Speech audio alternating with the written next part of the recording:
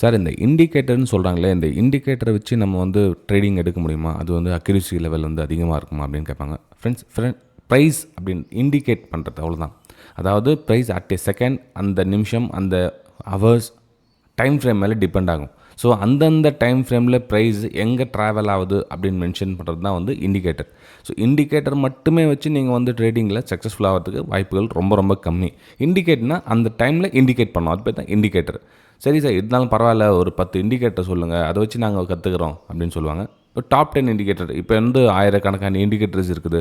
எல்லா இண்டிகேட்டரும் பார்த்தா கன்ஃபியூஸாக இருக்குது சார். ஒரு 10 இண்டிகேட்டர் மட்டும் சொல்லுங்கள், அதை வச்சு நான் வந்து மிச்சம் நாங்கள் ஸ்டடி பண்ணி கொஞ்சம் ஆட் பண்ணிக்கிறோம், எங்களுடைய ஸ்டடி அதில் ஆட் பண்ணிக்கிறோம் அப்படின்னு கேட்டிங்கன்னா, ஃபஸ்ட்டு இண்டிகேட்டர் பார்த்திங்கன்னா சிம்பிள் மூவிங் ஆவரேஜ், அதாவது எஸ்எம்ஏன்னு சொல்லுவோம். ஃபஸ்ட் இண்டிகேட்டர், அதாவது 10 சூஸ் பண்ணியிருக்கேன். 10ல் வந்து ஒரு ஃபஸ்ட்டு வந்து எஸ்எம்ஏ. ரெண்டாவது பார்த்திங்கன்னா எக்ஸ்போனென்ஷியல் மூவிங் ஆவரேஜ், இஎம்ஏன்னு சொல்லுவாங்க. எக்ஸ்போனென்ஷியல் மூவிங் ஆவரேஜ் ரெண்டாவது.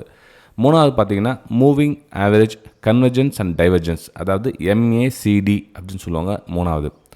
நாலாவது பார்த்திங்கன்னா ஃபெபினாக்கி ரிட்ரேஸ்மெண்ட், அதாவது ஃபெபினாக்கி ரிட்ரேஸ்மெண்ட் உங்களுக்கு தெரியல அப்படின்னா இதை பற்றி நம்மளோட சேனலில் நிறைய போட்டிருக்கேன். ஃபெபினாக்கி ரிட்ரேஸ்மெண்ட் பற்றி நீங்கள் அதை பார்த்து கற்றுக்கலாம். அதே பார்த்திங்கன்னா ஸ்டோகஸ்டிக் ஆசிலேட்டர், அதாவது என்ன சொல்கிறேன், இதுவும் உங்களுக்கு ஃபுல் டீட்டெயில் கொடுத்துருக்கும் பாருங்கள். ஸ்டோகஸ்டிக் ஆசிலேட்டர் எப்படி கண்டுபிடிக்கும் அப்படின்னு.